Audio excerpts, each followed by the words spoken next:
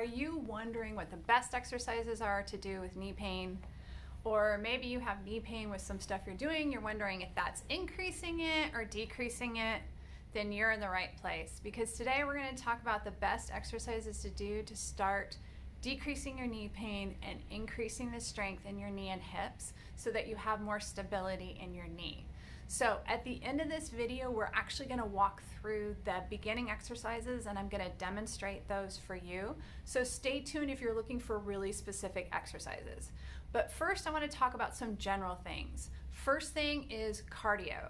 So a lot of my knee pain patients, they like to do walking or running or hiking, and that's very aggravating for their knee pain, right? Because you have that compression going through your foot up to your knee, and it causes a lot of problems. So if you're suffering with knee pain, these are not the exercises I recommend at this time. Now, of course, I love walking and running and hiking in general, but if your knee is really bothering you, they're not the best things to be doing right now.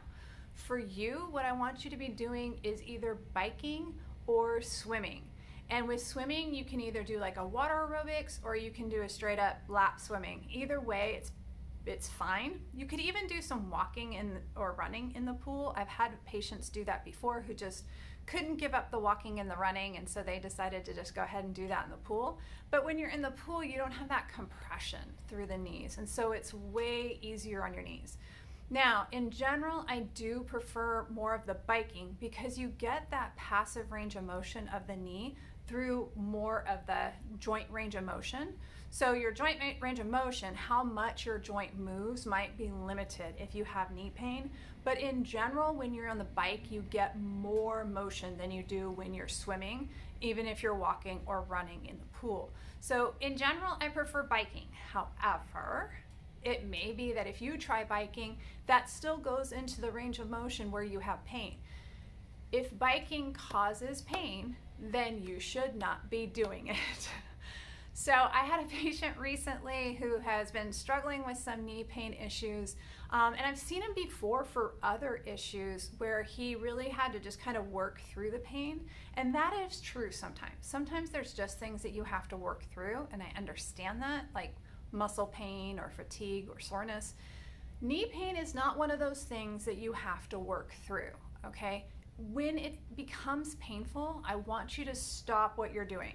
Now, if you're on the bike, let's say you're out on a bike ride and you've been out for 15 minutes and all of a sudden your knee gets a little bit painful just on one rotation, but then you do the next rotation and it's fine, that's okay. That happens sometimes. I'm not concerned about that.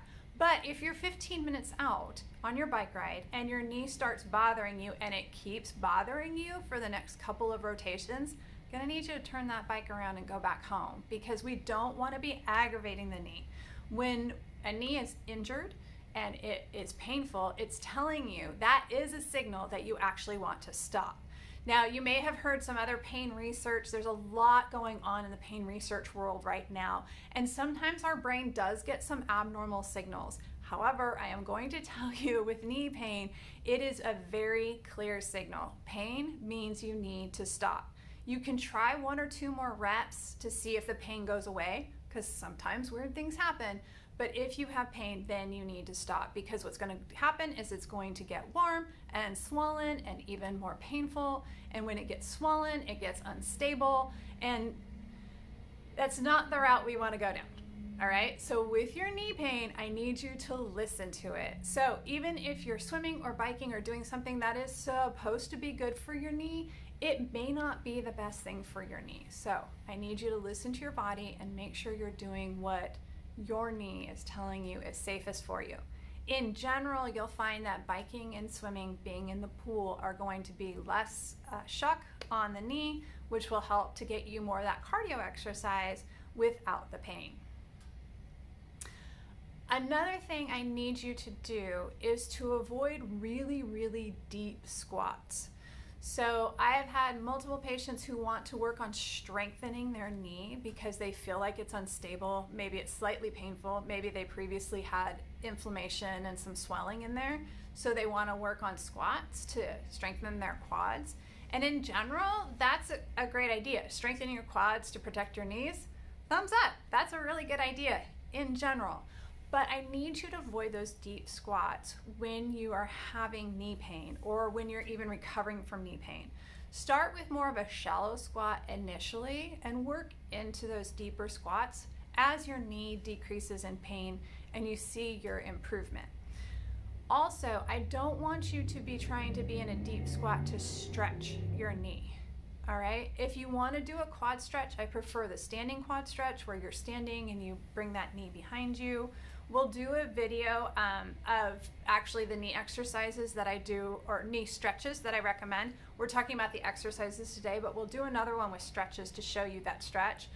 So check that out. But I don't want you to be trying to stretch it with your knees on the ground or in a deep squatting position.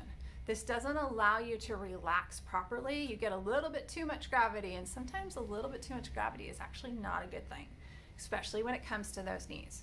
So avoid those deep squats. And the last thing before we get to the exercises, I want you to avoid any exercise where you're putting weight on your knees. So when I was doing some research for this video, I know the exercises that I recommend for people, but I wanted to see kind of what was out there on the, the interweb. And what I found was a lot of exercises where you're on your hands and knees. Please, friends, do not be putting weight on your knees, pressure on your knees when you have knee pain. That makes literally no sense. It's going to be too much pressure. It's going to increase that swelling, increase that inflammation, increase that irritation, increase that pain, and keep you from healing. So all the exercises I'm going to show you today are exercises that you can do without putting any weight directly through your knee. I need you to avoid those initially. We will do exercises to strengthen the knee and hips, but we don't want to be putting weight through the knee because that's really going to cause some irritation and potentially get it more inflamed. So avoid exercises where you're weight bearing through your knees. All right, you ready to find out the exercises that you can and should be doing for your knee pain? All right, here we go. Our first exercise is called a short arc quad. Now, when you're doing this exercise, I want you to be sitting in a chair that has a back. It doesn't have to have arms, but it should have a back, because what can happen is as you're doing this exercise, it can put a lot of pressure through your low back. And we are not trying to cause low back pain while we're trying to fix our knee pain. So make sure you have a good back support while you're doing this exercise. You want to be sitting somewhere where your feet are flat on the ground. And what you're going to do is you're just going to take your foot and you're going to pick it up until it's straight out in front of you and bring it back down. That's as simple as it gets there, friends. You could even do this at the dining room table. You could do this while you're sitting at your desk for work. You're going to do 20 repetitions on each side for 2 sets. So that's the goal, is 2 sets of 20 reps. Now, you may be saying to yourself, well, Dr. Amy, when I bring my foot up above here, I get pain in my knee. Well, friends, then what you're going to do is you're just going to lift your foot up as far as you can before you have pain. And then you're going to bring it back down. As you do this motion more and more, you'll be able to lift it higher. But of course, as we mentioned previously, we want to avoid pain. So you stay in the pain-free motion. Preferably you can go from foot flat on the floor to foot straight out. But if you can't, because it's painful, only go as far as you can pain-free. The next exercise we're going to do is called the clamshell. So for this one, you're going to be laying on the ground. You're going to bend your knees up, and you're going to stack your hips on top of each other. It's really important that these hips stay stacked on top of each other during this exercise. So I like to have people put their hand right there just so they're really aware of where their hips are. You're going to keep your feet together, but you're going to lift your top leg up as far as you can, keeping your hips stacked, and back down. Looks just like a clamshell, right? Now you know where it got its name from. Now, you want to be really, really careful that you're keeping those hips stacked, so you only go as far as you can. If I try to lift my leg up further than this, watch this hip, it rolls back. That's not what we want. And you'll feel it because it starts working all kinds of other muscles. So that's the wrong way to do it. Keep those hips stacked, go as far as you can without any pain other than fatigue, right? You should feel those hips start burning pretty quick. Jane Fonda, I'm looking at you. So make sure you keep your hips stacked. and you don't do that rolling back. You're going to work up to 2 sets of 20, but of course if you get fatigued before then and you start losing your form, then stop the exercise. Just do as many as you can before that fatigue sets in. The next exercise we're going to do is bridging. But when I do bridging, I like to do it really, really specifically, because what we're trying to do with this is really get activation of the glutes with this and not so much the hamstrings. Now, yes, the hamstrings are going to work. Some people say you can do a bridge without using your hamstrings. I don't know how to do that, and I don't know I don't even know what those people are talking about, okay? But you want to activate your glutes, focusing on the glutes and not relying on the hamstrings. So for this one, you're laying on your back. Your feet are underneath your knees. You're going to squeeze your glutes to push you up. And what you're trying to do is get up to knees, hips, shoulders in one straight line. Activating those glutes and then slowly lowering back down. Now, like I said, when you do that, you will feel the hamstrings activating as well, but the goal is that glute is driving those hips up and then letting you rest back down. You just don't want to have too much strain through the hamstring with that one. The goal on that one is to be able to do 2 sets of 20. The goal with that is to do 2 sets of 20, but remember, you just go to fatigue to start with. You don't want to be doing anything with incorrect form. So make sure you know what you're doing and that you're not getting too tired. Keep that form up through all the reps that you're able to do, working up to 2 sets of 20. All right, we're ready to get our Jane Fonda on here. We're going to do some hip abduction. I know, it's a weird word, but what it means is we're going to start laying on our side. Now, I like to have my bottom knee bent because it helps to give me a little bit more stability. You could have it bent or straight. Either way, you can do the exercise correctly. Just want to make sure that you feel really, really stable while you're doing this. Just like in the clamshells, we're going to put our hips on top of each other and keep them stacked. So we're going to put our hand there so we can make sure we're keeping those hips stacked during the whole exercise. You're going to lift your leg up, but you're going to lead with your heel when you're coming up and down. The reason why we lead with our heel is we want to make sure we get those muscles in the back working.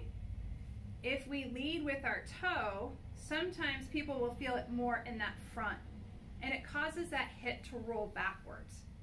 So think about leading with your heel, and you'll really feel it at that posterior line of your leg. With this exercise, again, our goal is 2 sets of 20 on each side. We want to make sure to do both sides, but we just go to fatigue at first. Our goal with this is 2 sets of 20, but remember, we only go to fatigue to start with.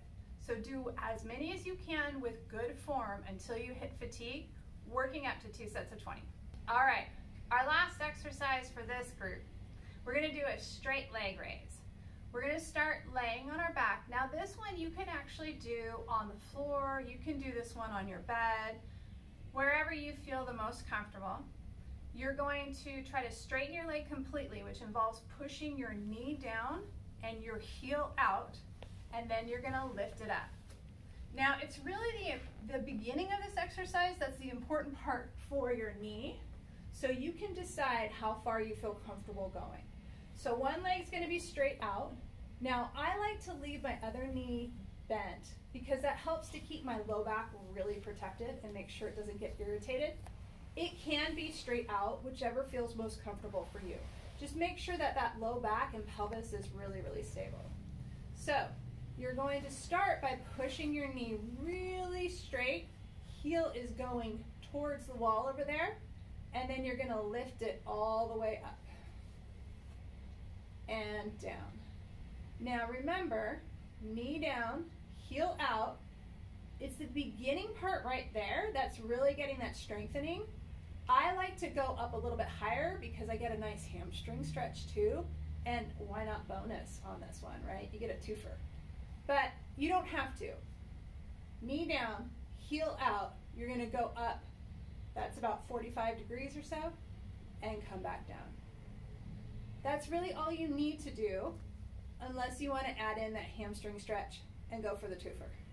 What is your favorite knee exercise? leave a comment below and let us know if you tried these exercises and how they worked for you, or if you have any other exercises that have been really helpful for your knee pain.